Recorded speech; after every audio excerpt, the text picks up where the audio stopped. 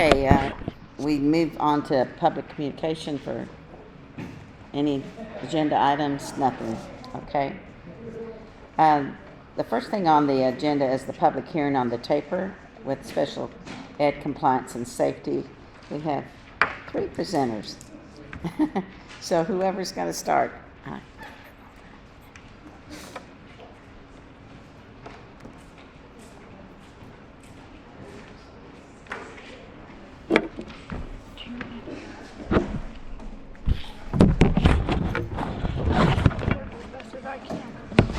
Good evening. Miss Jerry told me I was going to start, so. I'm Abby Beadle, Director of Federal Special and Improvement Programs, as well as Instruction. So I got to start doing this presentation last year. Mr. Wendell let me do it since he was at the high school, and he was kind enough to let me do it again because I really like presenting data. So I'm excited to be with you all tonight, kind of representing the instructional staff and all the hard work that our teachers and students have been doing. So we have, to start off, our most recent Texas Higher Education Coordinating Board data that comes straight from that website. And I do want to brag that our not found students is down about 15% from last year's data. So the Texas Higher Education Coordinating Board tracks students to see where they end up going to school after high school. And so your not found might indicate that it's likely that those students didn't go into college, but they could have certainly gone into career, military, the workforce, those kinds of things after high school as well. So our not found is right around that 50% mark, where last year we saw that about 15% higher. Our district accountability rating is a B, and our special education determination status meets requirements. Ms. Dykstra will talk to you all a little bit more about special education as well. Our district's rating of a B is consistent. It tracks all the way back to 2019. But I do want everybody to know that Devine Intermediate Campus grew from a C in 2019 to a B in 2022 with a score of 89.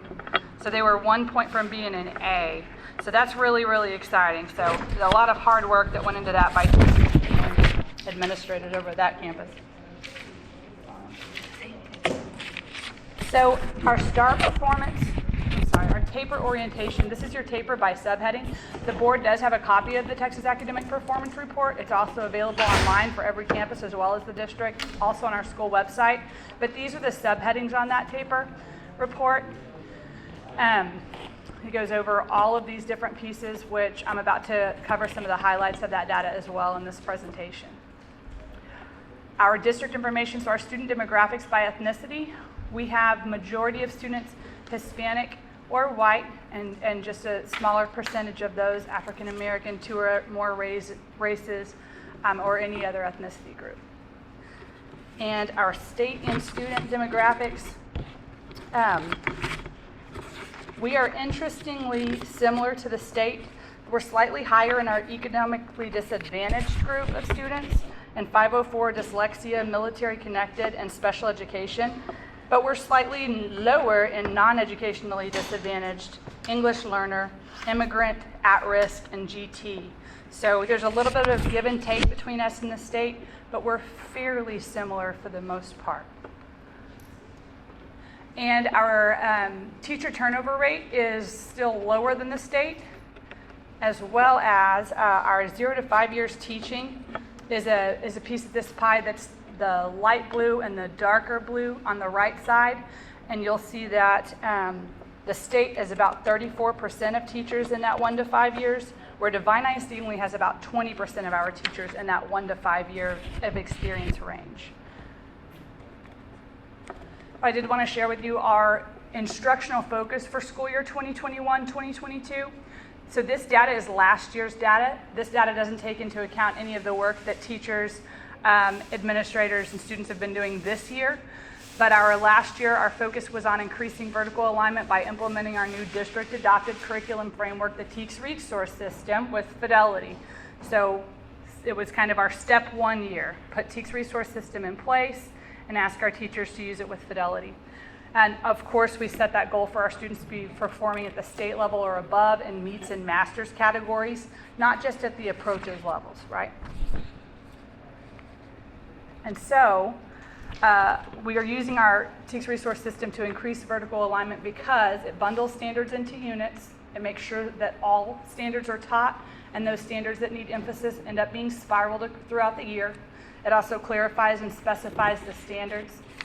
And just to give you an idea of what you might see in our data, when we relied on the TEKS alone, we got information like the above. The student is expected to compose argumentative text using genre characteristics and craft. That's an English 1 standard. So that leaves a lot of questions. What particular genre characteristics would be expected? How does a student demonstrate their ability to craft?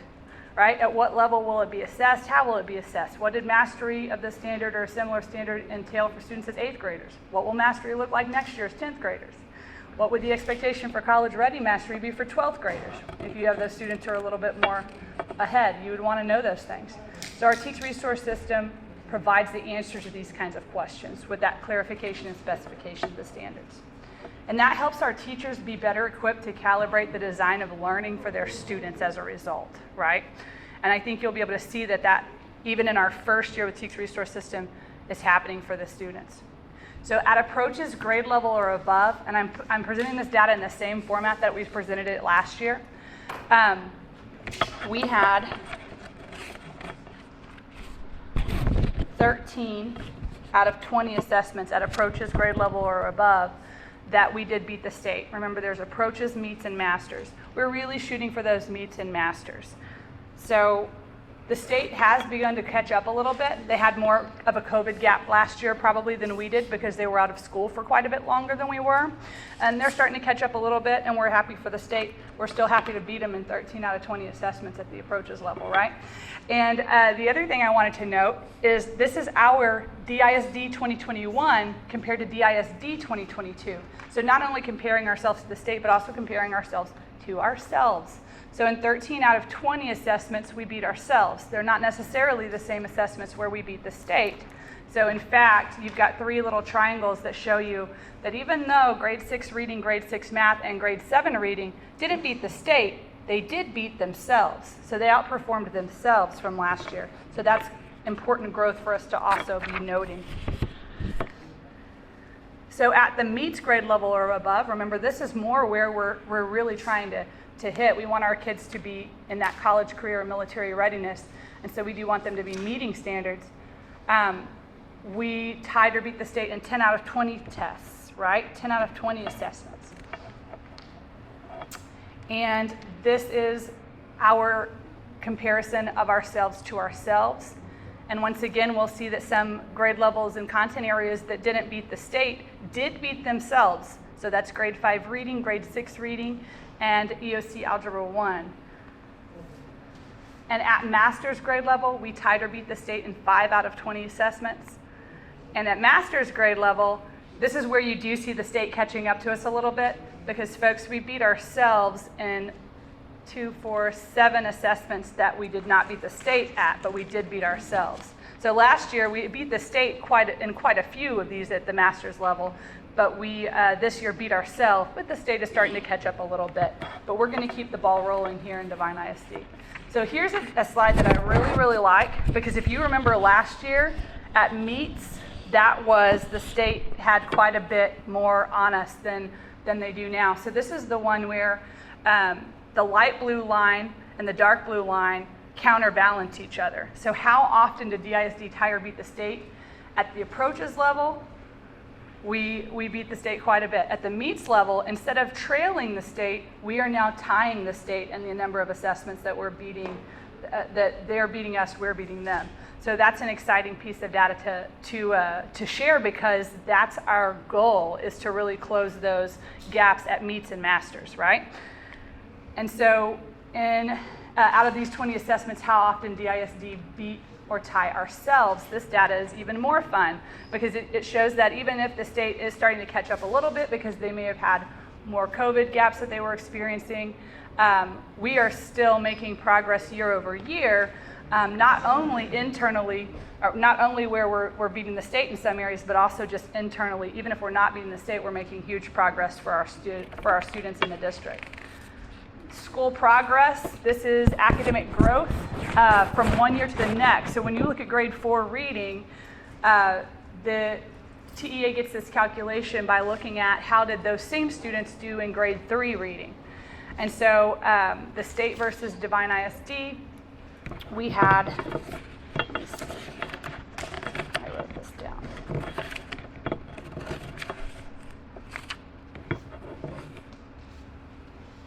I did want to note that this is our most current data. So this is 2022, yes, growth by grading subject. The state and the district both did pretty well here. I think I lost my note on this one, but we can see that the district is beating or tying the state pretty frequently in a lot of places, and a little bit less in math, all right, specifically. And I do want to show this next slide. This is our academic growth by grade and subject, Devine ISD compared to itself. So this is from 2019 to 2022. The reason that academic growth couldn't be measured across 2019-2020 is because there was no STAR testing in 2020. Couldn't be examined 2020 to 2021 because there was no assessment in 2020. So we're looking at 2019 to 2020, which is a pretty big gap. And we are beating ourselves in 8 out of 10 indicators, but you can see that math is kind of that pronounced area of need. So if you're looking at this slide, you'll see that the majority of areas where we're not beating the state are in math, or beating ourselves, are in math. And that is consistent with the state of Texas. So this is a TEA slide that shows that, in fact, in the state of Texas, the state is consistently having difficulty recovering the learning loss that students experience in math specifically. That's the most difficult area to address. So in Devine ISD, a couple of things that we've done is we've sent all of our K-5 teachers to Tunstall Guided Math as a resource. There's an actual training. It's about the math workshop and the math block and how to conceptualize and build and really think about how to tailor that instruction for students at all different levels. And then we also provide those resources. And it's of course teacher choice on what they choose to implement or what they don't, what resources they want to use whenever they design learning for their students or not. But that is K-5. A lot of teachers found quite a bit of value in that and requested the resources. And we've also got a spiraling review of basic math for grades 3, 4, and 5 in the works right now that the teachers really wanted to have for their students. We're also looking at a math vertical alignment time to be determined if the teachers are feeling that that would be helpful and useful to help them help these kiddos. So our attendance, graduation, and dropout rates, we are looking better than the state in attendance, looking better in absenteeism, and quite a bit better in the annual dropout rate. This is 2021 data because it lags. So you'll see that SAT, ACT participation is still an area that we needed to work on in 2021. We won't see 2022 data until next year. Our SAT, ACT at or above criterion, we are tying the state. So essentially, the students that we are sending to take the SAT are doing quite well, right? But we are trying to send more students to do that. And our average SAT scores are very comparable, if not better than the state. Our 2020-2021 CMR and post-secondary readiness slide. Remember, this data is actually trailing 2 years. So in 2021, we're beating the state in one indicator. However, it's also important to note our progress from 2020 to 2021. And whenever we look at our own progress from 2020 to 2021, we are beating ourselves in 7 out of 8 indicators. So even though this is an area we're still working on, we are improving as we go.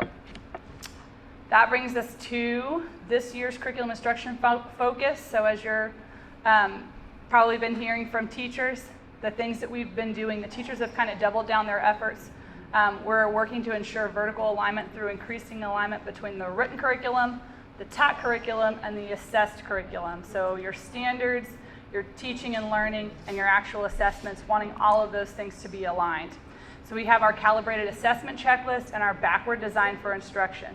Our calibrated assessment checklist takes and says, hey, whenever we teach a unit, a TEKS resource system unit, we are going to make sure that our assessments are calibrated, that they actually do hit the levels of thinking that are required by the standards and specified by TEKS resource system, specified by the standards, that they actually do look and sound the way that students will be assessed ultimately.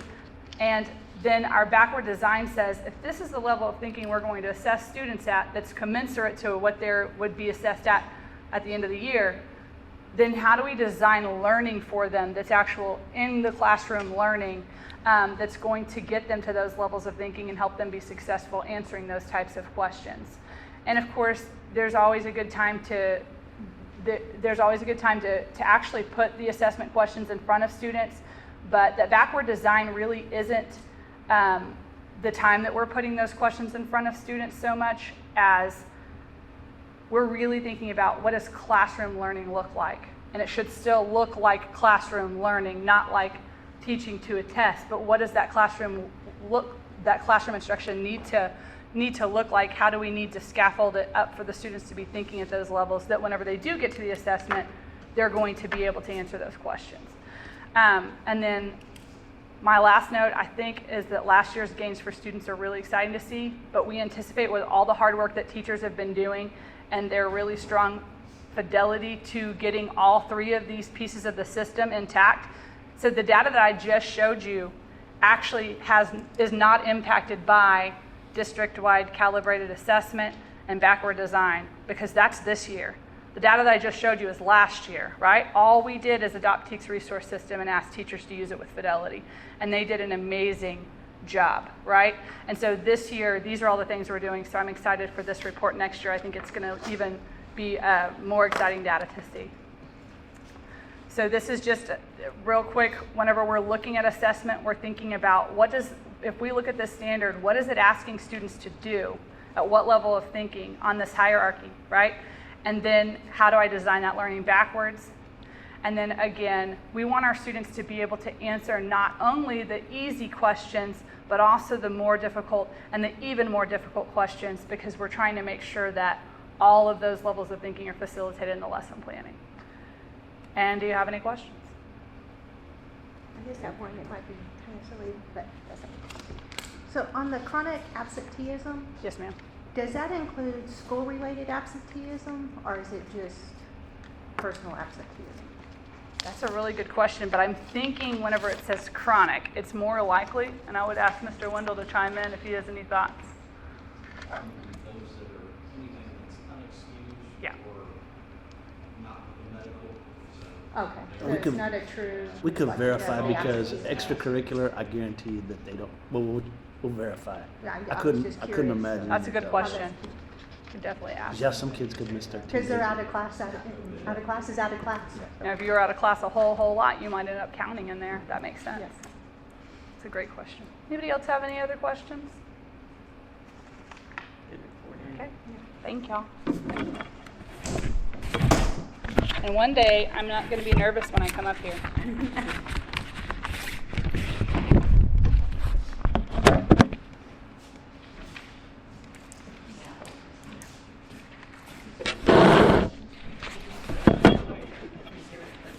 Director of Police. Thank you. Good evening. How's everybody today? Good. Oh, there you go. All right, so I'm going to go over the special ed portion of the TAPER report. On the front page of the TAPER report that comes out, there's a line that says special education, meets requirements, needs improvement, those kinds of things. That's the extent of the information that's contained in that report that deals with that. So I'm going to go over the other pieces. How does the state get to that needs requirement determination? So there's several different components.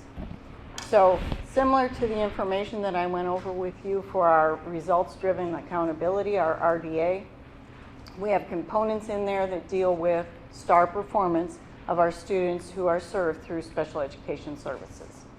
There's a separate category for our STAR alternate 2 kiddos. There's a SPED graduation rate, There's our SPED dropout rate, and it starts at 7th grade, so it goes 7 through 12. The new indicator that was added last year, and now this is its second year, is our SPED dyslexia identification. In our SPED instructional arrangements and settings, how many students are being pulled from the classroom versus how many students are being included and services are pushing into their classrooms. And then the last component of this piece is our SPED discipline. And how many days of out-of-school suspension, how many days of in-school suspension, how many DAP placements, those kinds of things compared to the general ed population. So are we disproportionate within our own district as to who's going to those disciplinary settings, okay? And you can see on that, we have 4 new indicators on there. So you see that discipline says 4 out of 5. So there were 5 total indicators, one of which was a level 0, which is the best. Remember, the levels go from 0 to 3, and then report only. There's actually a 4, but we haven't had any 4, so that's a good thing. In our STAR, there were 12 different categories that were represented there. We had 4 of them at level 0. We had 1 at level 1, 2 at level 2, 1 at level 3, and 4 were report only. So you kind of go through the chart, that's what it looks like. We want everything to be over there in performance level 0. So you can see the majority of our data is in that column, and so we're pretty happy about that.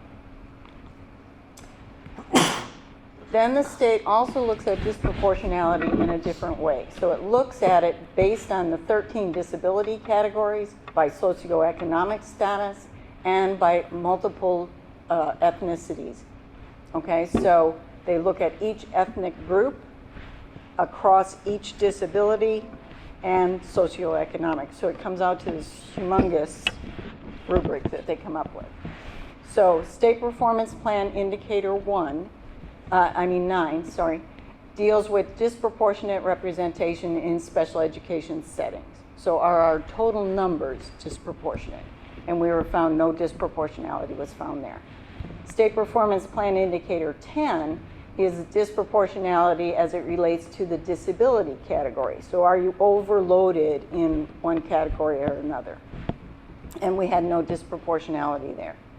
And then in our RDA report, that other disproportionality that talks about those disciplinary settings that I talked to you about before.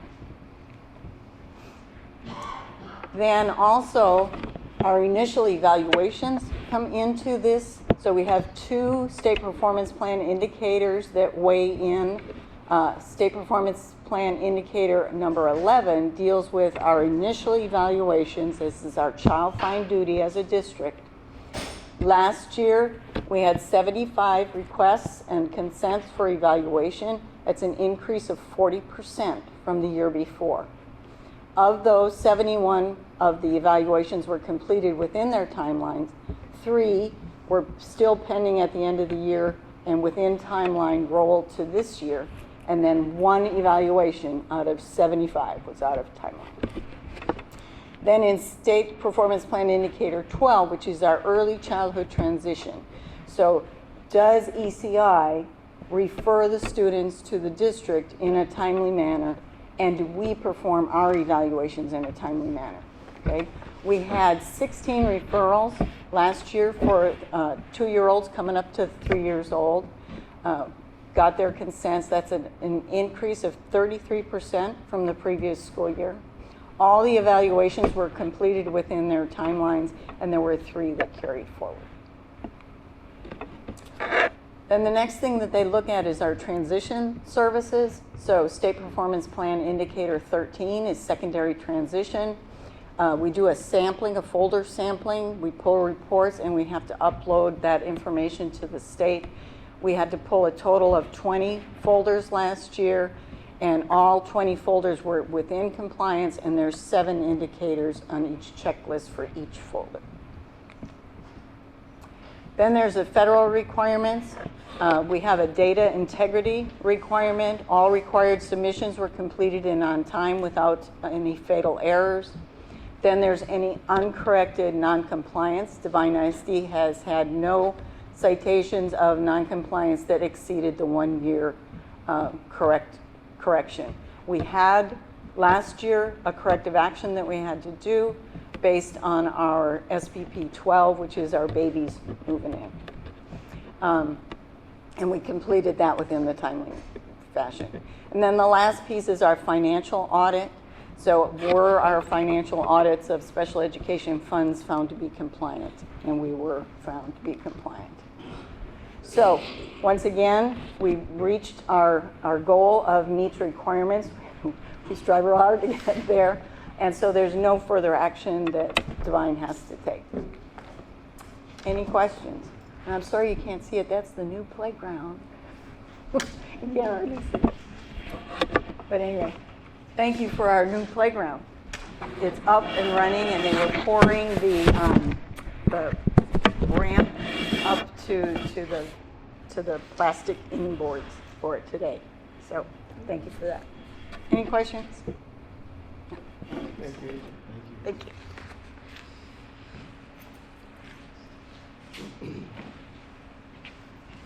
All right, and I get the last part of this report for y'all, and it's on safety. The biggest portion of this one, which we have to do, is look at violent and criminal incidents and report that to you and to the public. And I'll just tell you right now, we are not a dangerous school. That's what really the state's looking for, is what are your numbers, and then certain numbers will put you into a violent category, and we're not even near that. So the things that we have to report: numbers, types of incidents, information concerning school violence, prevention, and intervention policies. So we'll tell you a little bit about what we're doing intervention-wise. This chart usually compared 2 years, that way you kind of see how we're doing from 1 year to the next. In these categories, these are our most violent crimes: your murder attempts, indecency with a child, aggravated kidnapping, assault of staff, assault, aggravated assault, sexual assault. If you fit in these categories, then you have a number. The only point there was one asterisk from last year, and that means that it's too small of a number to report. So anywhere within the numbers, if it's too small of a number, we can't report it because it could end up identifying a student. So we put an asterisk. But that was last year. But you look at this year's, all of those categories are zero. So that's the ones the state really looks at and could throw a school or a district into a violent category. So we're not there, and we don't want to be there. Going into the next group, these are still considered, not good offenses for schools, but they're the lesser offense. Won't throw you. They'd have to be really high. Probably the biggest numbers that we see would be under the number 4 for uses of marijuana, and that's due to the vaping. It's one of those, our kids are really starting to see it. You see the asterisks also for middle school in that category. A few more, and they would have actually had a number there. So it's starting to get where it's a big thing. For the vaping, I hadn't explained that. This is one of those that's becoming a concern across the state. And everybody's trying to figure out how to educate our students in a way where they don't use it, because they're finding it too accessible. And we're not talking just vape pens here. We're talking the vape pens that do the THC, and that THC is usually at a 0.3 level. So if you want to say it's legal for all adults to do, but anybody under, then it's illegal. And then you throw it onto a school campus, and it throws it into that next category. Basically the same thing as like alcohol. So if you want to kind of have something to kind of point it to, it's not like normal marijuana, but it still gives the effects for the students. And every time that usually a student's caught and administrators start working with that student, it's usually the same thing. They're working through problems, issues, concerns that they have, and they're trying to find an escape. Unfortunately, there's lots of dangers that come with this escape, and so the schools are having to do a little bit more on educating them that this isn't the way to escape from whatever's troubling them. So that's the biggest concern in that category. And you can see again, which ones those are up at the top. Those are the types of offenses. Total incidents, this is just violations of student code of conduct. So there are incidents, and a lot of them, they're very similar to what they were last year.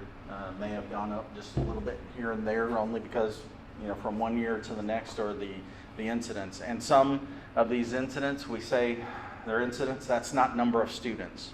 That would be a whole different category, and we'd have to break it down. This is just total number of incidents, and so you can end up having one student had 10 different incidents, violation of student code of conduct, whether dress code, all the way to, cursing in class, whatever that may be written up for, that's a violation of student code of conduct. So we're not talking 230 students at the middle school.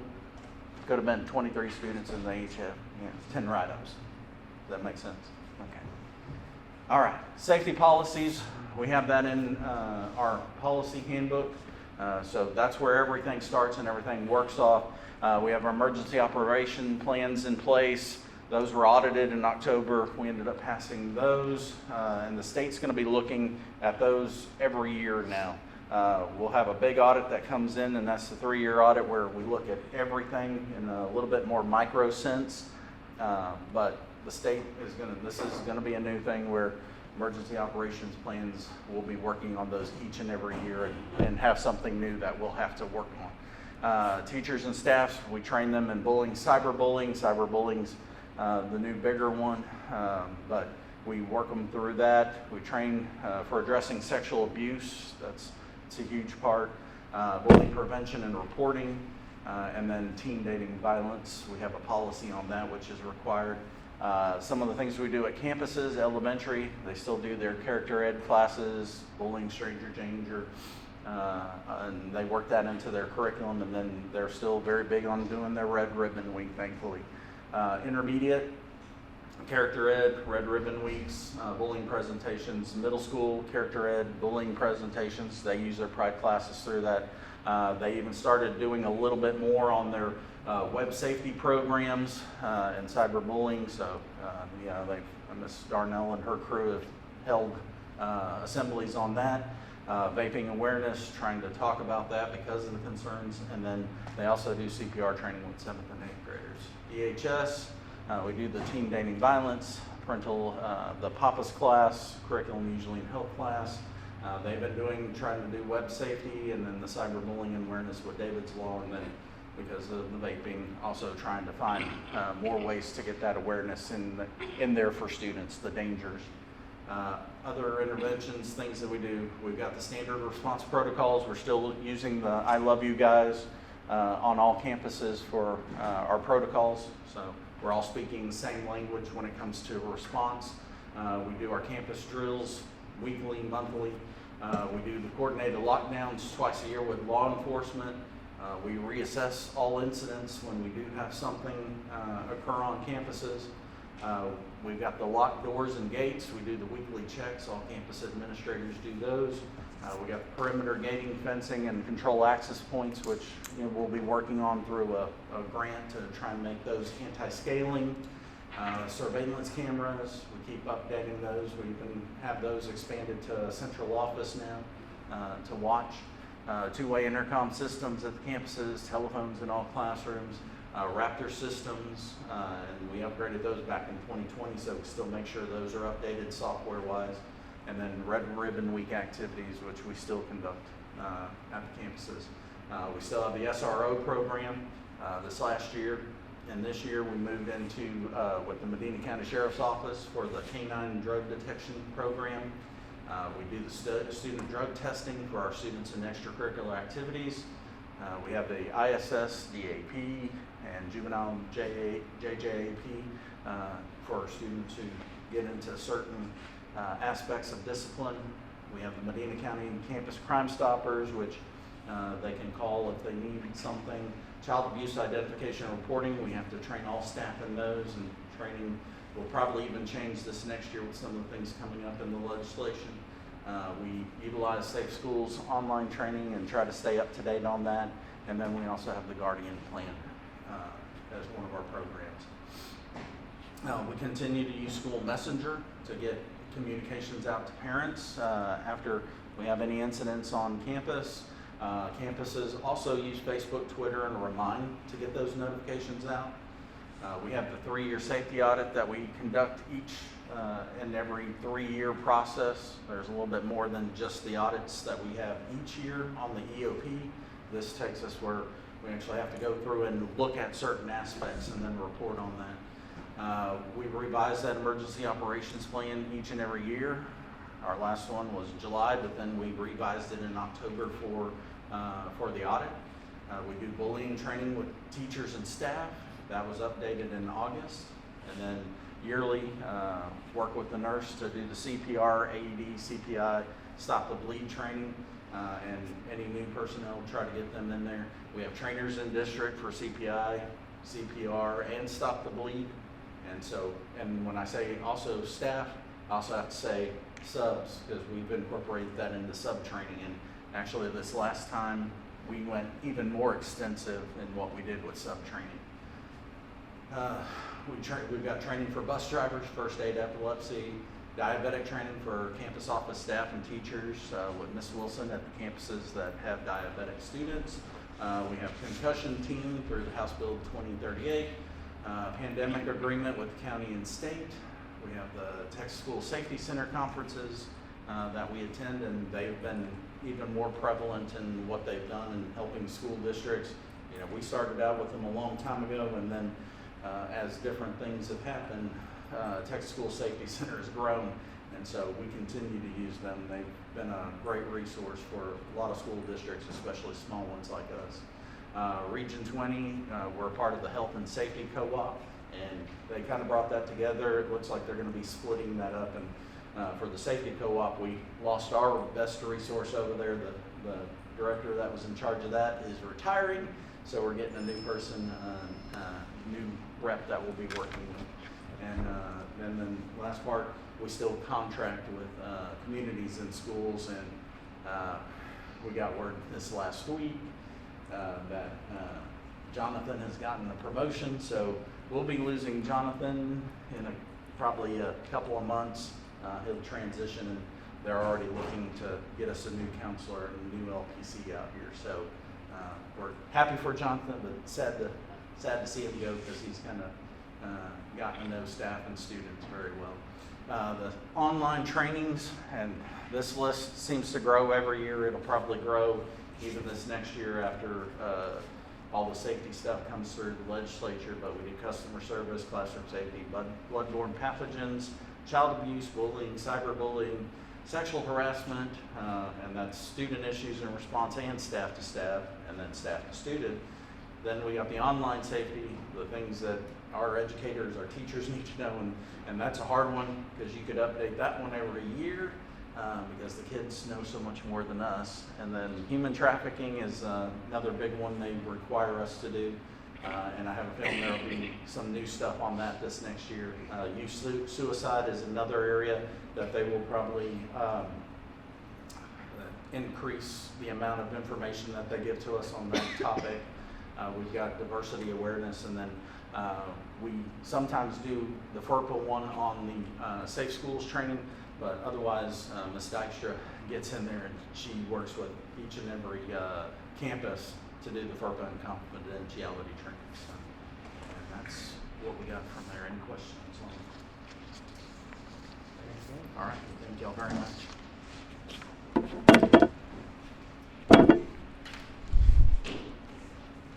Okay, good report.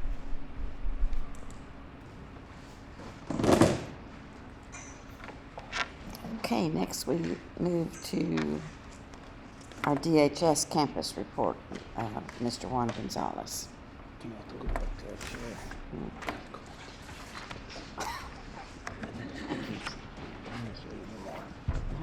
That's fine.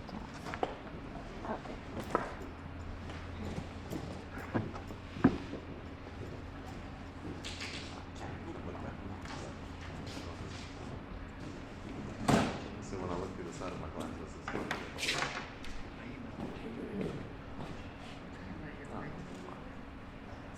I'll just put your hand. You'll tell me what you're on.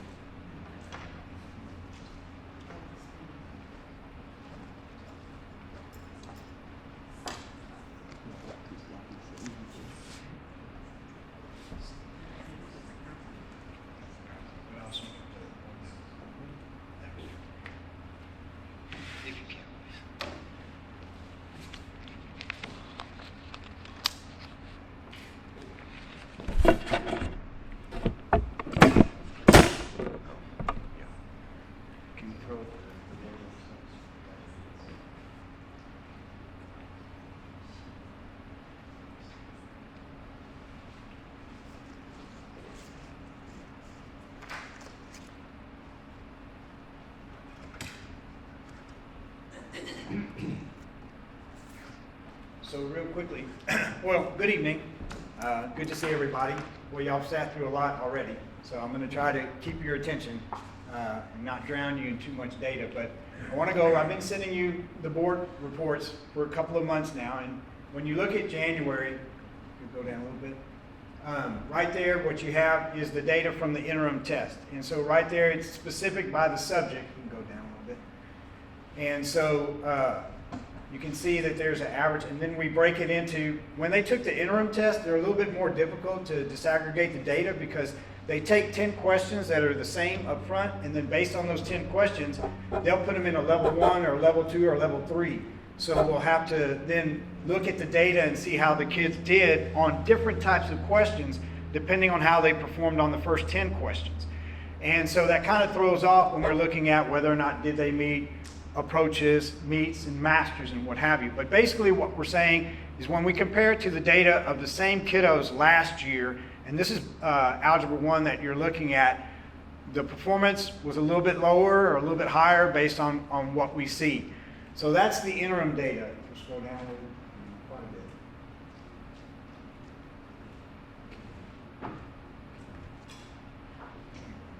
You're going to come down quite a bit. Stop right there. This data right here that you see on the spreadsheet is data that our instructional specialist, Ms. Suleika, helped the teachers put together. But basically, these are the unit tests. So they've gone through Unit 1, Unit 2, Unit 3. You can see the red, the green, indicating what they struggled with, what they passed based on the TEAC, based on the student. And it gives us an idea of those students who are at the master's level, those who are at the meets levels, those who are at approaches and did not meet. We took this data and we compared it to the interim data to look at the content that was taught. Because the interim STAR, they took all the TEACs. But when you think about Algebra 1, for example, Algebra 1's only taught 36% of the curriculum in the first fall semester. So we pulled that 36% and we compared it against their job that they did in Unit 1, Unit 2, or Unit 3, and we looked to see whether or not they continue to struggle. So that way we can identify the skills that the students are really struggling with in Algebra 1, Biology, and English 1, and so forth. Okay, you can go to the PowerPoint. Thank you. So this has been ongoing work since the beginning of the year. When you now look, and I'm using biology as an example, and I want to compliment Ms. Rangel Garcia. Wow, what an amazing teacher, the science department as a whole. We're going to get to the English too. These two departments really have some collective agreement with what we're trying to do. But if you look at week 1, which is in the upper left corner, you have skill or TEAC 4C. There you see that teachers are now spiraling in the content that they struggled with in the fall back into the spring, because you have to understand spiraling is a methodology where kids will learn more about a subject each time they encounter that topic, and each time that topic is more difficult and increases in rigor. So as you can see, what I've tasked the teachers with doing is doing warm-ups and cool-downs that inform instruction, that are recursive, and that are trackable. So again, highlighted in the maroon and the gold, you see 4C, when they saw it as a warm-up, it was 44%. Saw it as an exit ticket, it was 74%.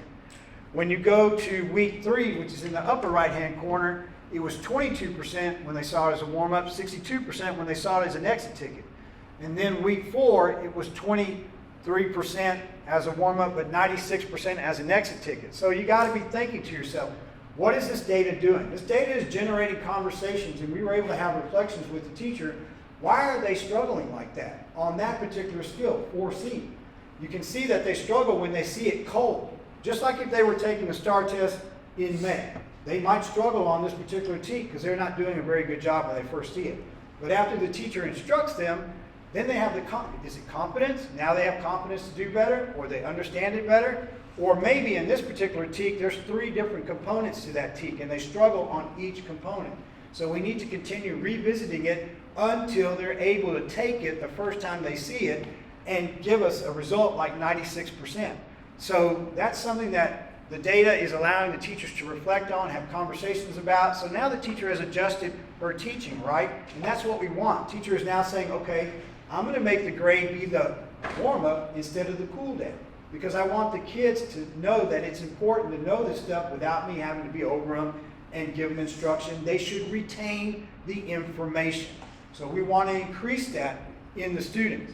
When we look, for example, at 10C, which is in the lower left-hand corner, you have 86% as a warm-up, 92% as a exit ticket, 88% as a warm-up, and 92 or 97% as an exit ticket. This is a TEK we no longer need to revisit. We should have confidence that the kids understand that particular skill. And remember, this is a skill they struggled with in the fall. But now we can have confidence that they're going to do well in the spring. So this is what the teachers are doing. It's additional work. That's right. They're having to do this in addition to the content that they're teaching for the spring semester. But we feel, why do you want to sacrifice the learning that they had in the fall just because they don't understand it? We don't want to wait till a week before the STAR test. We want to be reviewing this again because that is the methodology of spiraling, is they see it over and over and over, and we increase the rigor so we can increase the retention. When you look at the English scores, the one that I'm most proud of is the first one on the very left. You see how the students, when they first saw it on Tuesday, in the red is Ms. Lopez's class, in the black is Mr. Guardiola's class. You see it's 52% or 55%. Then you see it again on Wednesday. It's up to 58%. Then as an exit ticket, 62%. Then you go up, it's 75%, and then 77%. If you look at the numbers, they went from 47 out of 80 to 63 out of 81. So that's what? 16 more students are getting that question correct than were getting it correct several days ago. Why is that important? It's important because a lot of the students miss going from meets to masters, or approaches to meets, or did not meets to approaches by one question. Now we have 16 students that have that one question. And again, our goal is to move kids from the top. We want to pull the kids up from the top. Those who are mastering, we want to study what they're not doing with, what they're struggling with, right? Because if they're struggling with as master students, you know the did not approaches and the approaches are struggling with it. So we're going to pull from the top instead of push from the bottom. And then there's some other data in there, and you can see there's some incongruency between the teachers. On that second set of data, they go from a high achieving down to low. We really got to ask ourselves what's going on with that particular TEK and how the students are performing. And then you look to see in the very last box, Mr. Guardiola had 79%, Ms. Ortepeza had 51%. So the conversation generating there is, are we calibrated? Do we have the same exemplar? Do we have the same rubric? Do we have the same expectation for the students? So this data is helping to inform our instruction. So all that work where the teachers were disaggregating the data months ago with their unit assessments, then against the STAR assessment, now we're actually utilizing that data. We are no longer DRIP. And what is DRIP? DRIP is data-rich information pool. We are not that anymore. We are data-rich, and we are utilizing our information to adjust instruction and move academic achievement. All right, career technology education. This is the very exciting part. So this is what I'm going to get excited about for us today.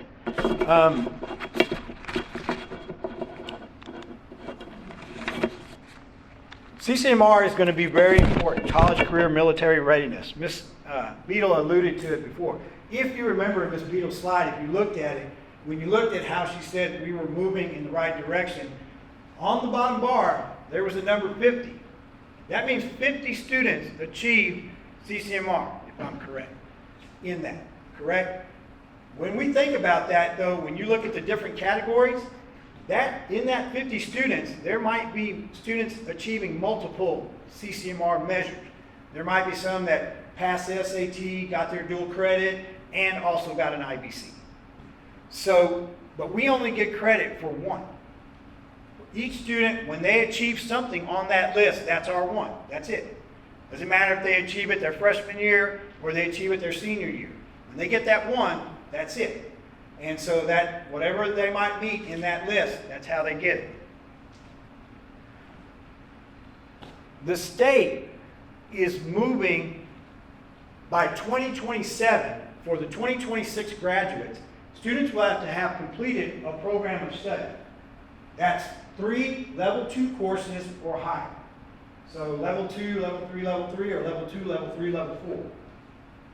And they'll have had to have gotten their IBC, their industry-based certification, to be able to get college, career, military readiness, to be able to get that point. And while that may look daunting, we actually stand on the precipice of being able to have 100% CCMR within our school district and our high school. And so when you're talking about that, who can get that? We want to be number 7, a completer, CTE completer, student completing and passing 3 or more of the CTE courses for 4 more credits within a program of study, including 1 level 3 or level 4 course from within the same program of study. Now we can be a concentrator too, but we really rather be a completer. Have kids complete that and get their industry-based certification. Why is this important? It's very important for 2 reasons. Okay, we'll talk about the money first. If you've got a student who's in a non-CTE course, they're multiplied by 1.1. State gives us $6,160 per student. When they're in a non-multiplier course, when they're in a non-approved program of study course, we get 1.1, so we get $6,776 per student. You go down to when they are in a level 3 or level 4 course, you multiply that by 1.47. You are now looking at $9,055.20 per student. If we increase the number of students who are taking level 3 and 4 courses by 100 students, you will increase the amount of money coming into the district by $250,000. Just by having students take level 3 and level 4 courses.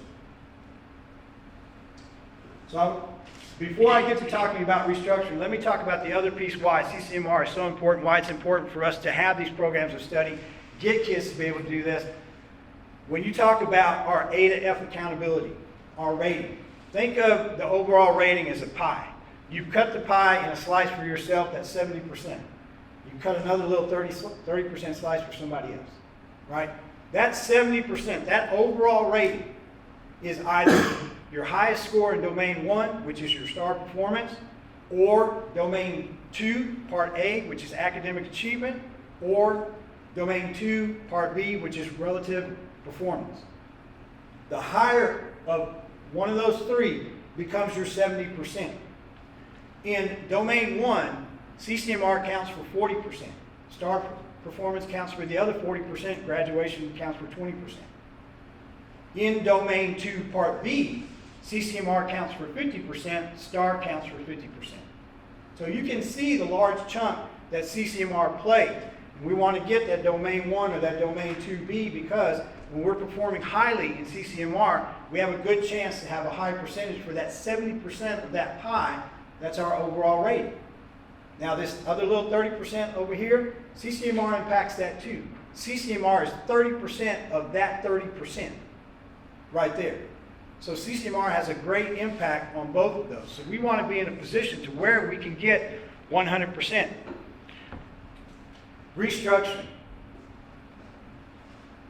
One restructuring model that continues to gain momentum is having smaller, more personalized high schools. It enhances academic achievement through a more positive overall experience. That results in higher test scores, higher grades, higher attendance rates, higher graduation rates, lower drug and alcohol use, and increased school safety. High schools that have been restructured into smaller units, they yield more benefits too when they are more distinct and separate. We propose to moving to this model. There are 4 models that we could choose from. We could choose academies, we could choose the house plans, we could choose a school within a school, or we could choose magnet programs. There are 6 strategies with which to implement small learning communities. You can use freshman transition activities, where you have a freshman-only academy, you have multi-year groups, alternative scheduling, adult advocate systems, teacher advisory systems, and academic teaming. We're going to use a restructuring model that incorporates both the academy and the house plan. We're going to be using the multi-year group, alternative scheduling, adult advocate system, and academic teaming for our proposed restructuring. Our high school academies will be organized around careers. These career academies will emphasize school to career movement. They'll combine academic and vocational instruction. They'll provide students with work-based learning opportunities, prepare them for post-secondary employment, post-secondary study, and employment. Our academies will be further defined by the house structure, which includes the multi-year arrangements where students will take some or all courses with their academy peers or from academy-specific teachers while participating in academy-specific social and other extracurricular activities. We will explore alternative scheduling, which is conducive to creating opportunities for extended and experiential learning. We'll provide for work-based opportunities as well as the integration of business and community volunteers into the community. We'll utilize academic teaming where teachers will work across departments. We'll use adult advocate systems where at least one adult knows each student well, supporting the multi-year strategy, which fosters trust and rapport between the educator and the student. And we'll put that in so we can practice delivering more meaningful, personalized, academic, and personal guidance. So what does this mean? This means that in school year 23-24, Devine High School will become one high school, subdivided into 5 distinct dual credit academies, focused around 8 career clusters, offering 11 programs of study, culminating in the attainment of 1 or more of 16 industry-based certificates. What does that look like? Here's Academy 1. The Devine High School Agricultural and Mechanical Academy. So within that academy, we'll have 3 career pathways: applied agricultural engineering, animal science, and plant science. We'll have the associated pathways, level 1, level 2, level 3, level 4. We'll end with the industry-based certification down below. Now, some of this is still fluid because the teachers are looking over those industry-based certifications and seeing what the requirements are, what the pricing is, because it does cost to take these, to sit for these tests and take them. Now, we get reimbursed when the students pass, but we still have to pay for them up front. And so we've got to look at what kind of cost-sharing model we might have with parents so that students can afford these opportunities, so that they can come out with these certificates. In this particular academy, we're very lucky to be able to offer 4. Now, you see that third row? That pathway is highlighted blue because we currently do not have the staff to offer that pathway. Now, if we get more students taking CTE, we can bring in more money, and we can, of course, look at the budget. We would love to have a 4th teacher in that academy to teach the one class that differentiates itself from the pathway to its left or to your right, which is another plant science, but that one focuses on floral. The other one in blue focuses on horticulture. When you take the horticulture, you're going to get the commercial, non-commercial pesticide applicator license. When you do the floral, you're going to get the Texas State Floral Association Level 1 and Level 2 floral certificate. Now, you're very lucky in the sense that Ms. Segura is able to teach the commercial, non-commercial pesticide applicator. So that's why that's still white, because we could still offer that certification, but we'll be mainly focusing on the floral because that's more palatable, right? When the kids get the floral certification, the HEBs of the world and everybody else, they're looking for kids that will do that type of work and are trained to do that. So we can certainly do that right there. That's that academy. Here's the next one. Next academy, Devine High School Emergency Human and Public Services Academy. So this is going to be a great academy. This is also one with 3 current pathways, and it has 1 that we're working on. So when we look at this particular pathway, we have teaching and training, we have family and community services. FCS is big because that's where our FCCLA program is. And so we have a great FCCLA program. We want to continue to keep that and make that grow. We also have the law enforcement, which is a new one that we're going to continue to grow. We're already offering the principles of law and public safety. We're offering the level 1. Next year, we'll start offering the level 2, law enforcement 1. After that, we'll go to level 3, law enforcement 2. We'll offer forensic science as another advanced science course. And we'll have the practicum of law, public safety, corrections, and security. Then we can offer the IBC, non-commercial security officer level 2, or the emergency telecommunicator. Now, the one in blue, the one on the right, that's emergency services. Right now, we're working with the volunteer fire department to offer the emergency medical technician EMT basic course, which allows the kids, when they're 17, to then sit for the National Registry EMT cognitive exam to get their EMT medical technician basic certification. What we'd like to do, and we're in those negotiations right now, is to continue to work to see if we can bring in that emergency services strand. If we do, we'll be able to offer disaster response, firefighter 1, firefighter 2. We'll move the EMT over into that. If we're not able to do that by next year, we'll offer the EMT as a singleton course just as we are this year, so we can continue to do that. But those are the 4 pathways that we propose in that particular academy. Next academy. Warhorse STEM, Information Technology and Manufacturing Academy. Right here, I do want to compliment us. We just received notification that we were awarded the Project Lead the Way grant with an estimated value of $16,000. That means we're going to have a new engineering curriculum. We're going to have a nationally accredited engineering curriculum, Project Lead the Way. We're going to have it paid for 2 years, and we're going to have 4 courses of training for our teacher paid for also over the course of those 4 years. So that is the one pathway that we have right now. We're going to be doing Introduction to Engineering Design. We're going to do Engineering Design and Development, and we're going to do Computer Integrated Manufacturing. Those are the 3 courses that Mr. Wilcox is going to sit for training this summer. Then, of course, we're going to offer a Manufacturing Engineering and Technology as a level 2. They'll have a practicum in STEM, and they'll be able to get an Autodesk Associate Certified User AutoCAD Fusion 360. We'd like to begin the process of thinking of how we can offer biomedical and computer science. Now remember, with computer science, this is where academy structures and everything are really good, because with computer science, guess what? Kids don't need to take English 4. They can take computer science, because computer science is another language, like Spanish or French, so they can use computer science. But they're in blue. Why are they in blue? We do not currently have the personnel. We need the personnel to be able to teach these courses, to be able to provide additional pathways and choices for our kids. Next pathway, or next academy, Devine High School Digital Communication, Multimedia, and Visual Arts Academy. This was the fun one to try to figure out. So what we're doing that, because really what we're talking about where are our kids that are doing yearbook, newspaper, and broadcasting. Those are Ms. Valdez's courses.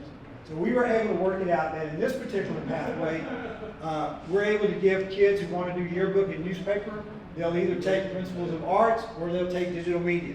She'll be able to then say, okay, digital media, your newspaper, Principles of Art, your yearbook. And then once they do that, then they'll continue on down the pathway. They'll go through the level 4 practicum. They'll get their Adobe Premiere Pro and Adobe Photoshop certification.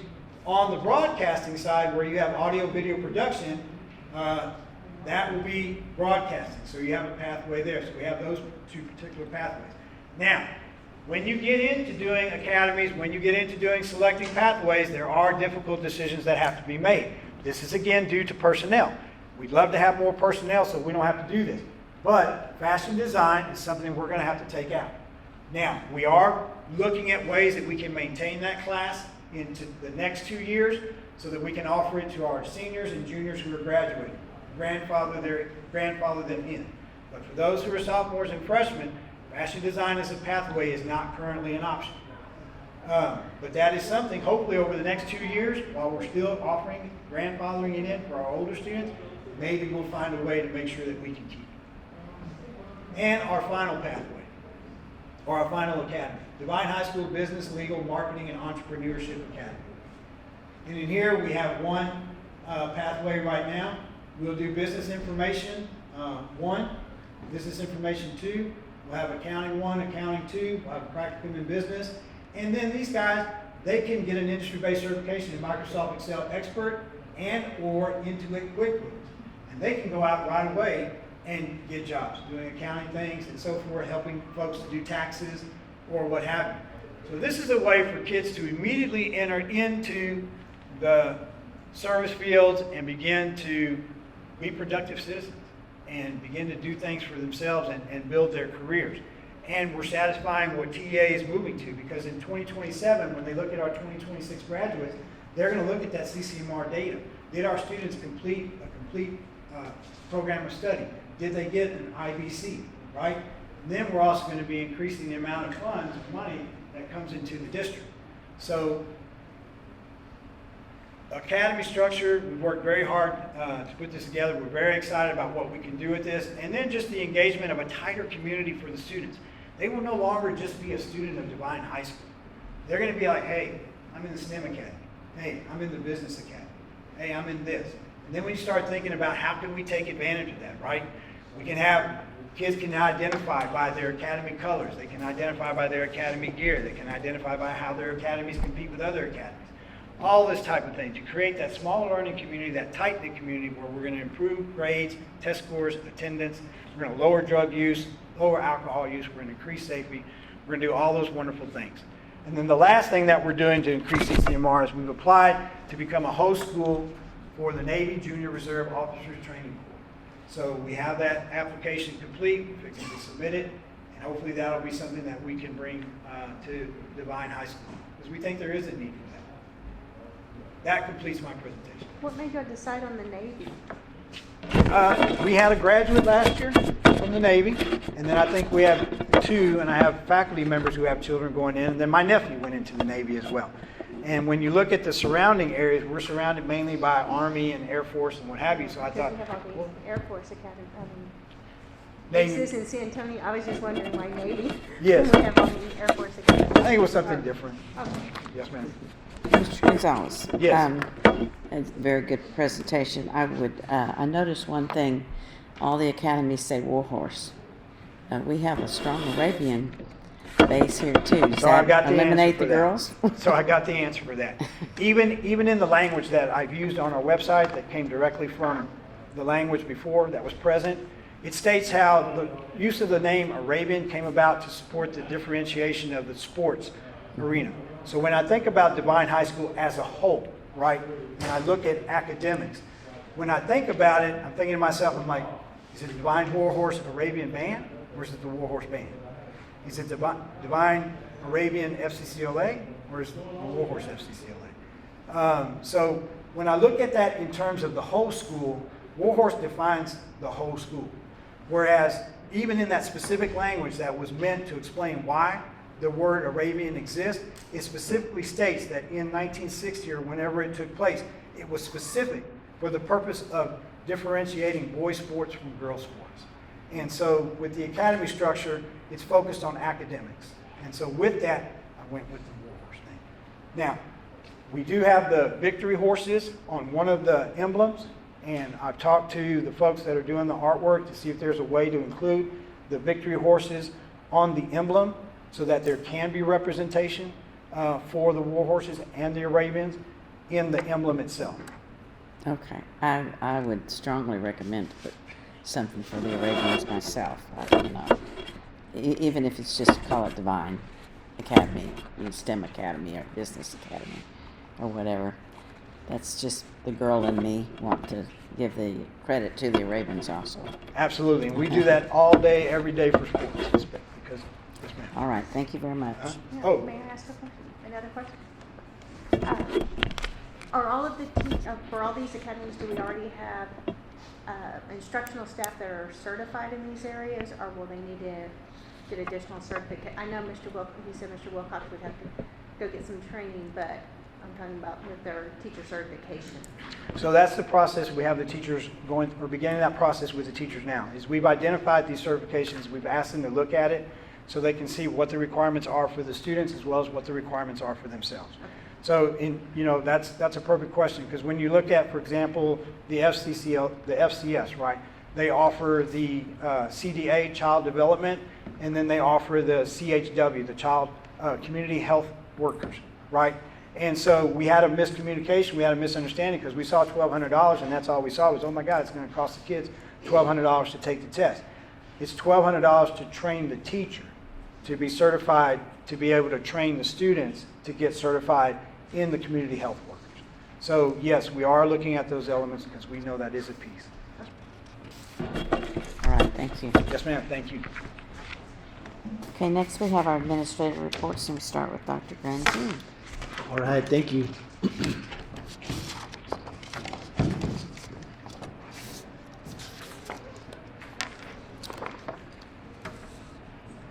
So as you know, after Ms. Beadle stepped up, that we received our Texas Academic Performance Ratings for our 2021-22 school year. This data is distributed by TEA based on our STAR exams and our EOCs from last year. We're excited about the progress that we're making in the fact that not just the approaches, but the meets and masters are gaining a lot of traction with some of the things that we're putting into place. As you know, we still continue campus safety visits. Mr. Wendell's monitoring the safety developments very closely as they change on the regular. We're going to see a lot of information come out of this legislative session that is geared towards safety, and I have confidence that Mr. Wendell's going to stay ahead of the curve when it comes to this, so that we will be able to make sure that we meet all the requirements put forth by the legislature this year. The District Education Improvement Committee met on February the 8th, 2023 to discuss the 2023-24 instructional calendar. You will receive a report and information on that later in the meeting. Our Student of the Month took place on February 9th at the Lions Club. There were several administrators there and some school board members. Our next Student of the Month presentation is February 23rd. This Thursday. Yes, ma'am. So it'll be this Thursday if anybody's able to come. Our education training template for the Guardian program has got to the point where we will begin interviewing our new Guardians in the middle of next week.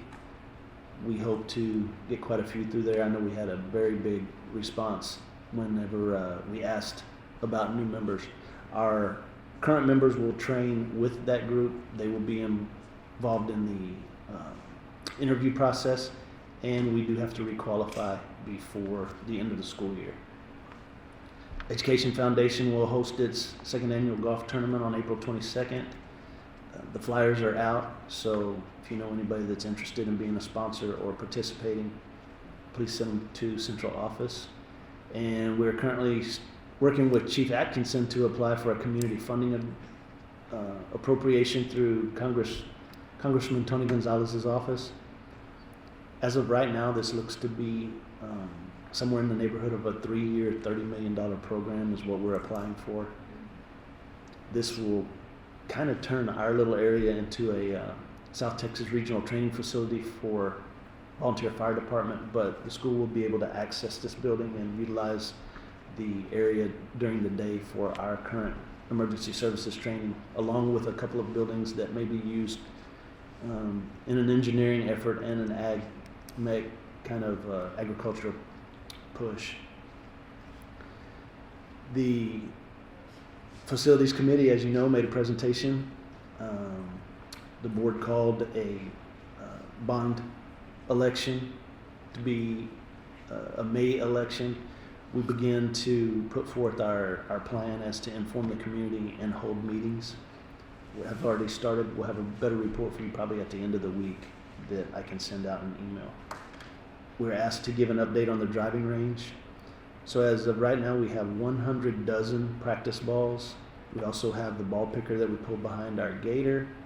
And the first week of April, usually somewhere in the mid zone, they call it the last average frost date, we'll be able to oversee the top deck where we hit off of, but right now it's usable. The team is just not going out to the driving range as much based on what Coach Mangold said, because they're at the golf course every day, kind of in the middle of tournament season. And our campus administrators are still conducting our door sweeps. Every week we have to log a Friday report. It's to make sure that every exterior door is locked and functioning correctly. All these records must be kept and made available to anybody that comes to do an intruder detection audit for us. We've had 2 campuses that have experienced this audit. We have 2 campuses that are eligible, and there's no doubt in our minds that that will happen before May, because they said they have to make sure that they hit 90% of all the schools in the state. So I'm positive that we'll see those gentlemen here before the end of May. And that is all that I have, unless there's any questions. Anybody have any questions? We move on to our Assistant Superintendent for Curriculum Instruction, and I believe he has a legislative report for us.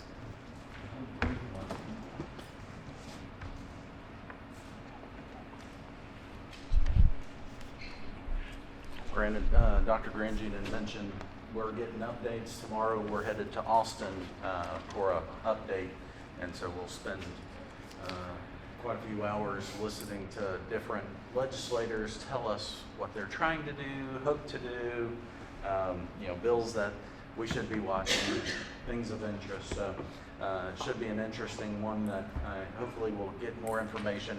I'll get it to Dr. Grangie to get to you.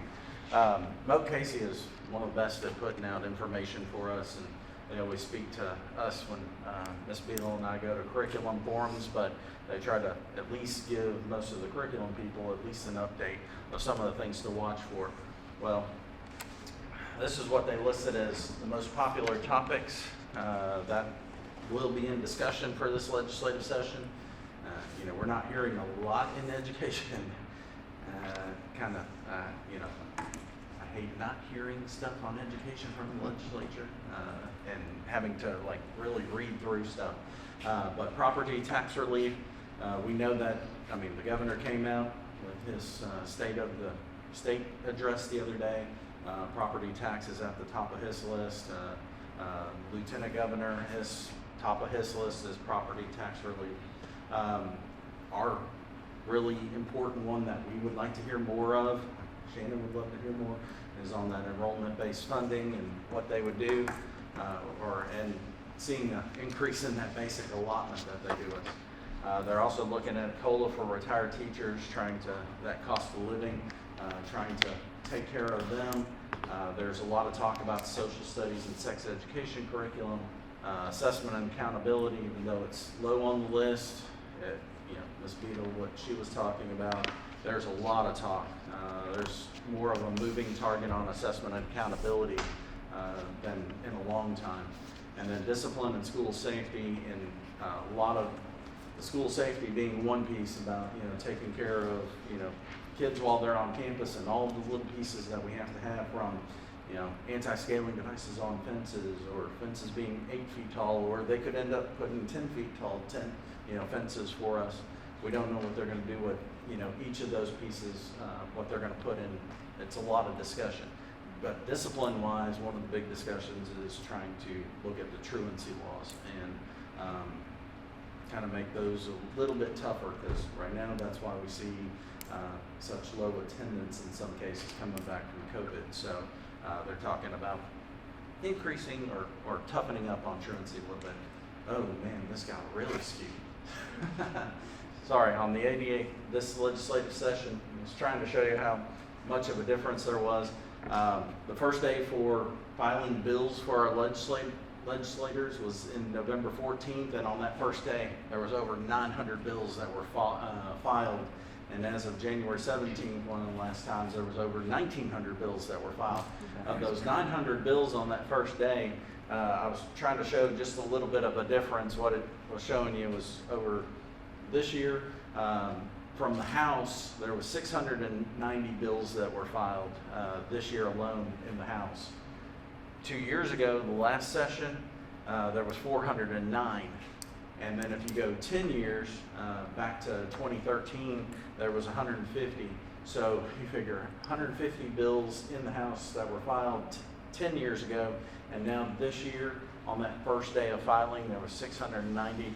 And that's what we've seen, an increase in bills, and maybe why we're not seeing all the information back, because everybody's having to go through all these 1,900 plus bills. Just alone in the Senate, they've been a little more consistent. There was 216 bills that were filed on that first day, and compared to 124 that were filed 2 years ago and 105. So it's doubled since then. So that's kind of what we're seeing, is there's lots of bills for us to go through, and they're covering all those topics. Now here's some of our big ones, and this one, finance is going to be the big one. They're looking at special ed, and they're looking at that the allocations for the intensity of service of delivery. So they're trying to figure out how much they want to actually finance us.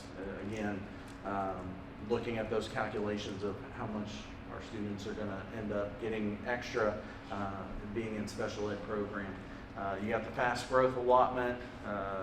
They want to remove those appropriation limits beginning with this next school year. The school year days, this one really, we're not talking minutes. This is for those that want to take advantage of the pre-kindergarten funding, extra funding of those half days. Right now, those schools that want to do that, a lot of your bigger schools, one of those, northeast, north side, if you look at their calendars, they're 180 days, and it's to take advantage of that funding.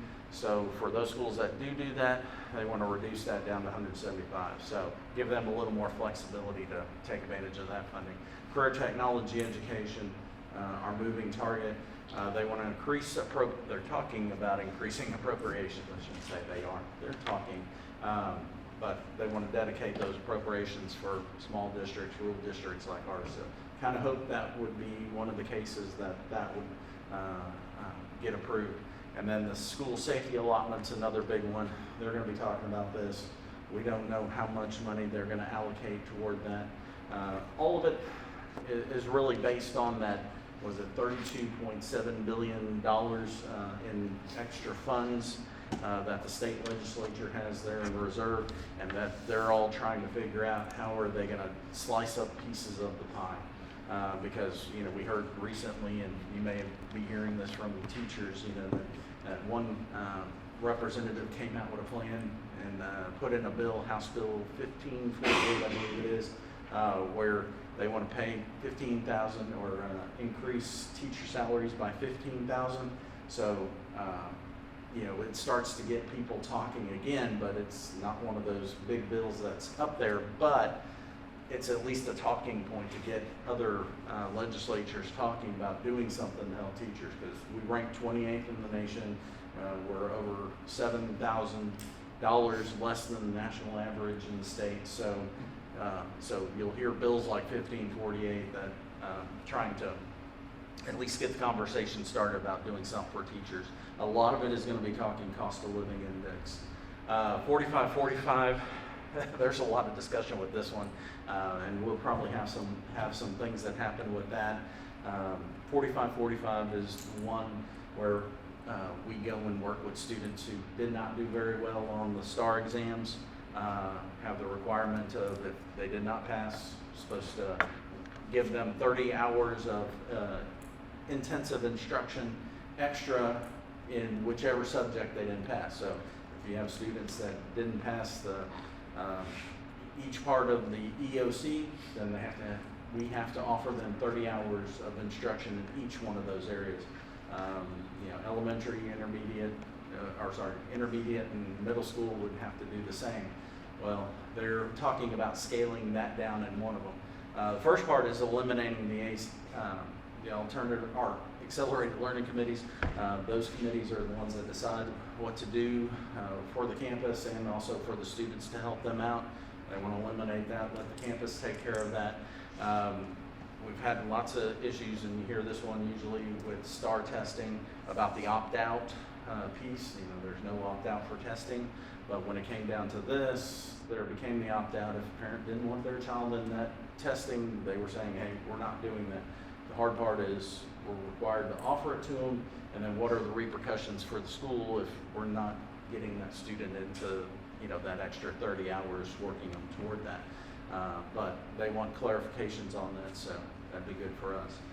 Required accelerated instruction, reading and math only, so they're taking out the social studies and the science piece of that, so we'd be able to concentrate on just those two areas. Now, maintaining evidence back for the student ratios, that one could be more of a challenge, because right now the ratio is 3 to 1, 3 students to 1 teacher for working on that 30 hours, and that's tough when we're talking about possibly working that into a school day or even getting personnel in the summertime. It could be costly. We can, with parents' permission, we can increase that number, and so usually, there's a waiver that parents usually sign because they don't want their student in that small of a group. So usually go up to 10 to 1, but they are going to look for research, and they're going to ask us to come back, how are we doing on those ratios? So that's one of the things that they're discussing. Looking for flexibility on those mandated hours. When we're talking that one, it's the 30 hours for each student. We don't know. The discussion is to allow schools to decide on how many hours of acceleration that student may need. So that'll be an interesting to watch. Could change some things. And then the last one is clarifying language for students in special ed and dyslexia, what their interventions would look like under that and what would count. So lots of special ed stuff, and it comes down to clarifying things. Also, accountability recommendations, Senate Bill 1365 and House Bill 3905. Again, talk about that accountability system. They want to reform some parts of that bill, but leave a lot of the accountability system in place, but they want to leave it in place for a longer period of time. Because right now, they tend to change it on us, each and every year. The CCMR piece is one of those that is going to change quite a bit over the next couple of years. Reading one piece, a lot of school districts are very, they would do very well in the portion of students that would go into the military. Well, they've kind of changed that piece. Before it was, okay, students looking at going into the military, and then they changed it and got a little more narrow focus. No, they have to be going into the military or signed up, okay, but didn't have the proof. Now they want the proof, and so, they have to have proof from their commanding officers or from whoever they've been recruited by.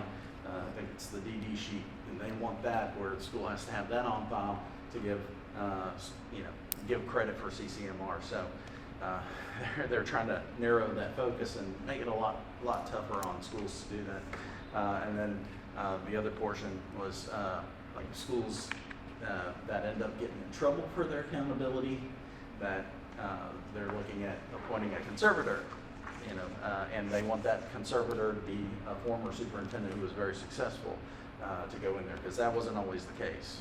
And so, they're looking at restructuring those pieces on accountability, but we don't have to worry about that. Online assessments, that's the big portion. We know that where all students are going to be taking the test online. There's a couple of things that they're looking at on the scoring portion that they want to make quicker and try to get that grading piece out there where we get the results back faster, which makes it a lot better. The other piece of that, also on the online assessments, we've been talking a lot about, doing the testing during the year, mid-year testing. They're talking about more pilots of mid-year testing. We're testing them more frequently than mid-year before going into the test at the end of the year. So they'll be talking pieces like that, and with the way that things are moving, yes, we could very well see that. So that's kind of the updates we have right now that are the big pieces. The other one's kind of rumor. There was one other one talking about the funding piece. I think Mr. Gonzalez had showed you the numbers up there, the $6,100 that we get per student. There's a House Bill 882 up there that'll start discussions, and there's ones like it. But I think it's at least worth listening to, and that's trying to raise it from about the $6,100 to about $7,400 per student. It won't necessarily be the $7,400, but at least it starts the discussion to change, that equation. If not, the other piece and the other one, we would like to see them at least talk about a little bit more is instead of doing the ADA, that possibility of, by enrollment. I think that's a big piece. We got to see some changes. They haven't been doing that cost of living, and I think that's what 882 also discusses, that there is a change, that basically the changes for how much a student is worth and valued at changes by either cost of living or inflation. And so that could be interesting discussions also. So, any questions? All right. Thank you very much. Thank you. Okay, moving on with our other reports. Next is our special programs, Ms. Beadle's report. And then the Director of Student Services, Ms. Dawn Schneider, she had the star on the PEMS report in there if y'all have any questions on that. Okay. And Director of Special Education, Ms. Dykstra. And then we move to Shannon's business reports. Okay, nobody wants to ask any questions. And then we have all of our principals' reports. Does anybody have any questions on any of those? Okay, thank you. And then our director's reports also. Okay, then we move on down to our consent agenda, which includes the minutes of the board meetings, 2, 3, how many ever? The Public School Week proclamation and the budget amendment. Yeah. Anybody have any questions on any of that? Do I have a motion? Madam President, I move to approve the consent agenda. Second. Okay. I have a motion by Carl and a second by Henry to approve it. Before, I did have a question on the budget amendment, and I got a clarification. The main thing I want y'all to realize is that we would be going into our fund balance for, there's the increase for the fuel, $50,000, and to get that truck fixed for 17, and that basically is going to come out of fund balance. It has to, because, there's nowhere to take it from elsewhere in the budget. All in favor of the motion to approve the consent agenda? Raise your right hand. Passes 6-0. Okay, next we have on our action items, consider and take possible action to adopt a resolution regarding weather-related school closure. All right, as you know, the board delegates to the superintendent the authority to close schools for reasons of public health and safety from EB Local.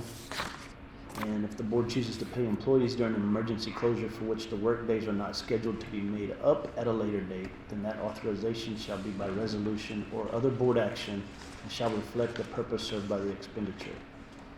Due to icy conditions expected and cold weather that we had on February 1st, we made the decision to close all schools for the day for the safety of our students and staff. And like we always talk about, you never can win in those situations because sometimes it may turn out to be absolutely safe. But as other people know, we have not just Devine employees, so we have people that are coming in from other cities, and really we try to take their safety into account too. So our salaries are already in the budget. We're asking that since we made the decision to close the schools for the day, that we go ahead and pay our employees for that day without making up that weather-related closure. Anybody have any questions on that? I think we discussed it at the time we were thinking about doing it. I need a motion on it then, please. Move to adopt the resolution regarding the weather-related school closure. Second. I have a motion by Chris and a second by Carrie to approve the resolution for the weather-related school closure. All in favor, raise your right hand. Passes 6-0. Consider and take possible action to approve the interlocal agreement with the Alliance for Community Solutions. And I believe Mr. Darren is going to speak, or Van Fessen is going to speak to that.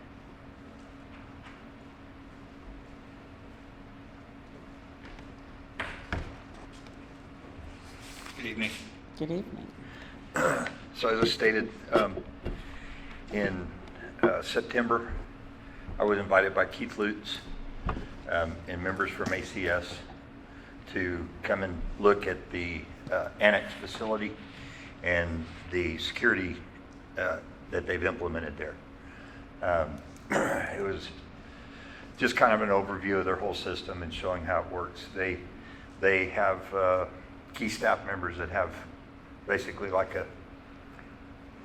I call it like a life alert thing that they wear on their neck. And it's very similar to the life spot that we have on our phone. It's not something you can just tap and activate. You have to tap it, hold it. Once that goes into the true panic, it automatically locks and closes all of their doors. Fire doors closed, fire doors locked, secured access points locked, closed. At that point, there's only going to be key staff members and law enforcement. Law enforcement badges go active at that point to where they have access. The Medina County Annex is a little bit different because the sheriff always has access to that building. But in our case, it would be that during a normal school operation day, they would not have access until that panic was activated. Once it was activated, then their badges would go live on our system. So they would be able to walk up to any card reader and come into the school building. Or in the instance of the high school, there would be a card reader beside the keypad to where they could just flash their badge at that card reader. That would open the gate and put it in an open lock position, similar to what happens if they fire their Yelp alarm on their patrol vehicles, which is kind of a national code that's been implemented. If you have a automated gate, you now have to have this system to where they will be granted access with their siren. The interlocal agreement just opens up their services to the district. Basically like Buy Board or Region 20, one of those. They buy collectively for hundreds of different agencies, public school district, county offices, state offices, and it goes from California to New York. They have a bunch of different members in. It's interesting that you have to be invited in, so if Keith Lutz had never made that phone call to us, we wouldn't even know about it. I reached out to Mr. Cross at Lytle because they're already implementing this, because I just wanted to get an idea. They're a very similar size to us, so that recurring annual cost for them is about $10,000. But that comes with monitoring of all the software, basically in the background, kind of like a cloud service that we pay for different things in the school district already. There's also a maintenance portion to that. So we've got a card reader at the back door of the high school that the students utilize daily, and IT can't figure out why it's not working. They'll just dispatch a person out, figure out what's going on. If it's a bad card reader or whatever the case may be, they replace it. But that's all part of that predetermined fund in the beginning. So this interlocal basically just allows them to start the work for us. It says, I think it's like section 6 of the interlocal agreement, that they'll come in, they'll do an assessment. Once that assessment is developed, then they will present to us what the projected cost of a project is going to be. They've already came out free of charge. They walked all the campuses with myself and Mr. Wendell. We looked at all the entry points. We explained to them with our current budget, we're going to have to look at key access points for, threat assessment. Front doors of high school, elementary front gate, intermediate front door, things of that nature. So they by no means think that they're going to get a one big lump sum project. They said this is going to be spaced out over numerous years, 6 to 10 years, and was my guesstimation, unless the feds come up with better funding for such things. But this basically just develops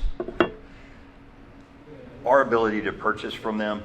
They had language in there for prepayment discounts, and they do that probably for larger entities, like say a Northside ISD, where that invoice comes in and it goes through this department, this department, before it finally gets to where they're getting paid.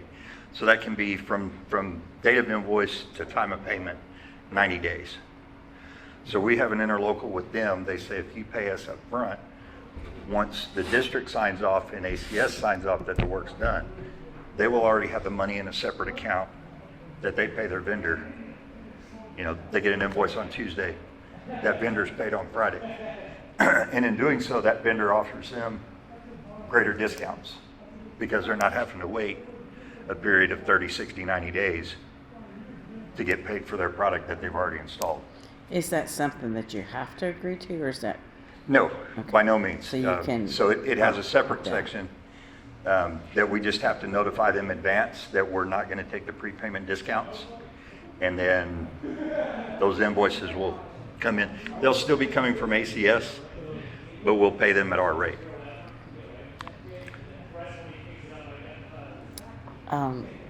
Did y'all get a chance to look at that contract? There were a few things in there I was questioning about the annual rate, because there wasn't anything in that contract that stated what the annual rate would be.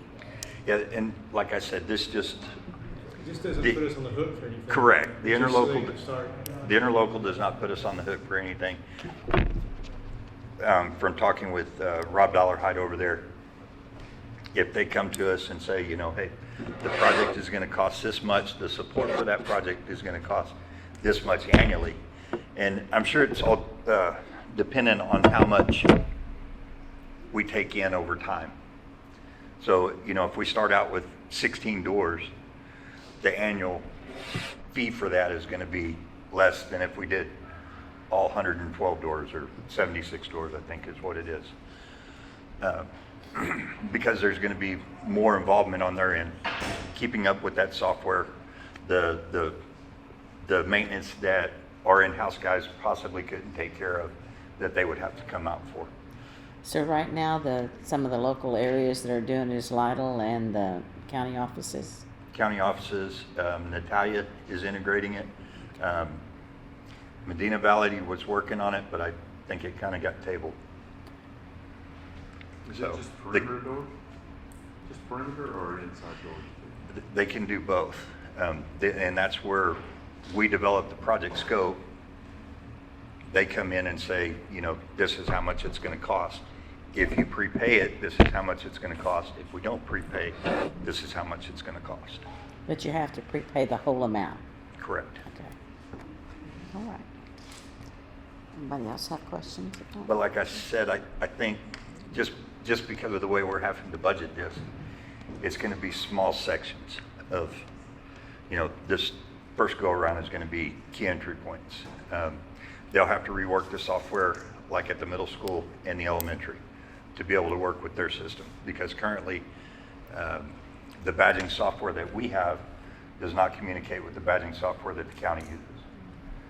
So it's not like I can go to the computer and type in a number and all of a sudden now the sheriffs can gain access. It's two completely different based softwares.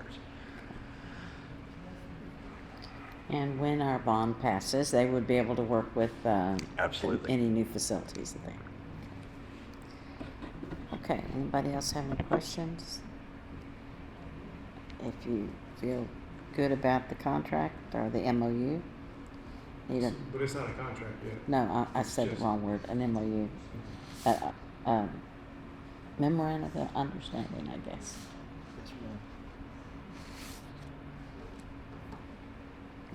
Motion? Move to approve the interlocal agreement with the Alliance for Community Solutions LTD. Okay. Need a second? Okay, second by Henry. Okay, a motion by Chris and a second by Henry to approve the interlocal agreement with Alliance for Community Solutions. All in favor, raise your right hand.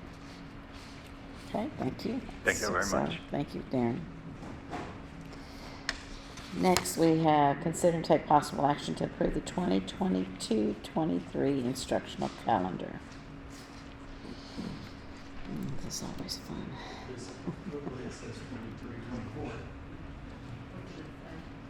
Yeah, I put the wrong date. Oh, Should be okay. 23, 24. Yeah, it should be 23, 24 instructions. Should be 23-24, yeah, well, that's right. Yes. No, the DEIC started working on this back in November because with a couple of things coming up, we wanted to try and get the discussions rolling very soon. Couple of things that are still within the calendar that are required are usually the fourth Monday is the start of school in August, and that's, you know, by state. We have to do 75,600 minutes as a minimum, so we usually base our calendars on the 450 minutes at the elementary and intermediate campuses to make sure that we get enough minutes for our students. Then we try to take into account all the different holidays, national holidays, and you know, the things that are important to the community. Last year with DOI, one of the pieces of the DOI was to ask to move the calendar start date from the fourth Monday, and the way that it was written in there was no sooner than the third Monday of August, and that was kind of looking toward where the fourth Monday fell in the calendar. we looked at, the first drafts of the calendar are usually where we take this school year's calendar and put it on the calendar for the next year. Well, that put it on the 28th for the start if you go by state law. And so, we'd be looking at the 28th as the earliest to start. And then it throws because of days and looking at nothing less than 172 days for students to try and make our minute requirement and also instructional staff. Then it throws us into sometime in June. Not a lot of holidays or anything else. So DEIC looked at that. One of their big portions they felt this year, students and staff got tired that, tried to need to work a few more holidays if possible within the calendar. If it didn't affect our minutes, they, still working on the requirements. And they decided, let's go with the DOI and try to start it before the fourth Monday. So when we started looking at everything, they agreed on a August 23rd start date for the students, and then finishing by the end of May. So to try and make sure all the days, 187 days for teachers. Originally, we had the calculations missing by one because of an extra holiday that the committee put in. So we had to make the August 9th the extra in-service day. But along with that, they had asked to try and fit in comp days again. So that's why you see that August 9th is highlighted on the calendar. The 4th of September. So we'd start on the 9th with teachers coming back, veteran teachers, with some of the things that they do during the summertime, and then administrators putting together a plan as to what would qualify. Could end up comping that day. We do new staff in service on the 9th, and then start rolling with all the things that we've got to do probably from this legislative session starting on the 10th. Start school with students on the 23rd. The 4th is the first holiday. It's your Labor Day holiday. October, usually that 9th, usually is an in-service day. With the way things went, DEIC felt like that would be a good student and staff holiday. So transform that into an actual holiday. Move into November, still doing a week at Thanksgiving was important. December became a little bit of a more of a discussion where a couple of different calendar drafts, they started looking at it. Christmas falls on a Monday this year. Last year, with where it fell on the Sunday, it ended up, we had that full week right before Christmas. They didn't feel like that was a very good thing to do, to try and do a full week again. So originally, one of the ideas was to finish up on the 22nd, do early release that during that time period. But as the group started more discussions, they thought, Friday is going to be a very hard day. So they decided to make that a holiday, early release on the 21st, get out on that Thursday.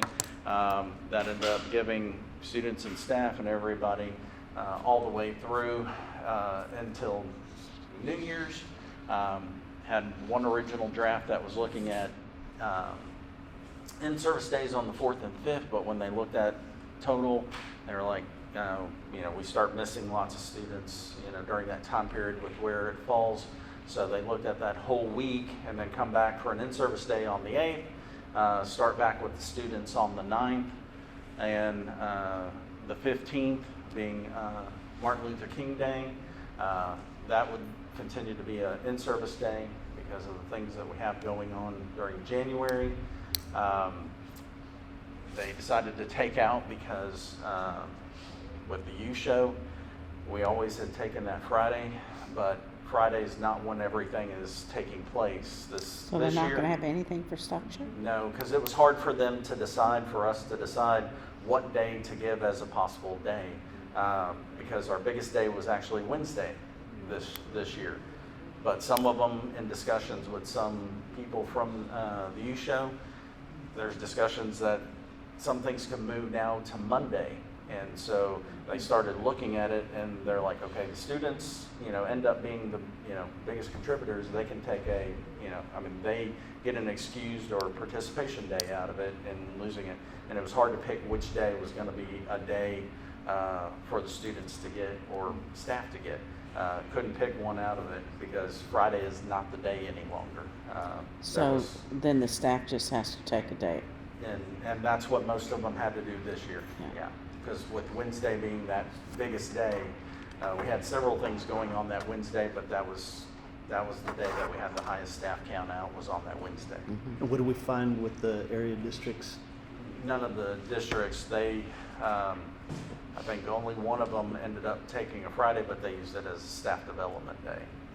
But that was because they had that planned. It had nothing to do with the youth show when we did calling around. So it's kind of in line where none of the school districts in the county are actually taking any days because they don't know exactly which day to take for their staff. Because you could take one day for staff, and the staff that are on that day, or they have kids showing, they get that day.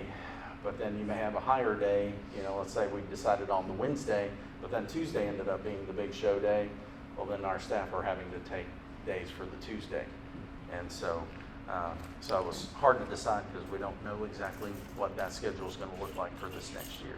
So they just decided finally that we wouldn't take any days for that week and use it to be with kids. So that was the big discussion there. Going into February, they were trying to decide on that 19th, just like on the 15th of January, whether to go holiday on that day or go in service. They decided an in-service day, to keep that an in-service day. That's usually one of our big, like today, we usually have presentations. Some of the campuses use that to do their testing administration, where they do the trainings. So we have lots going on here in February. Get into March, spring break.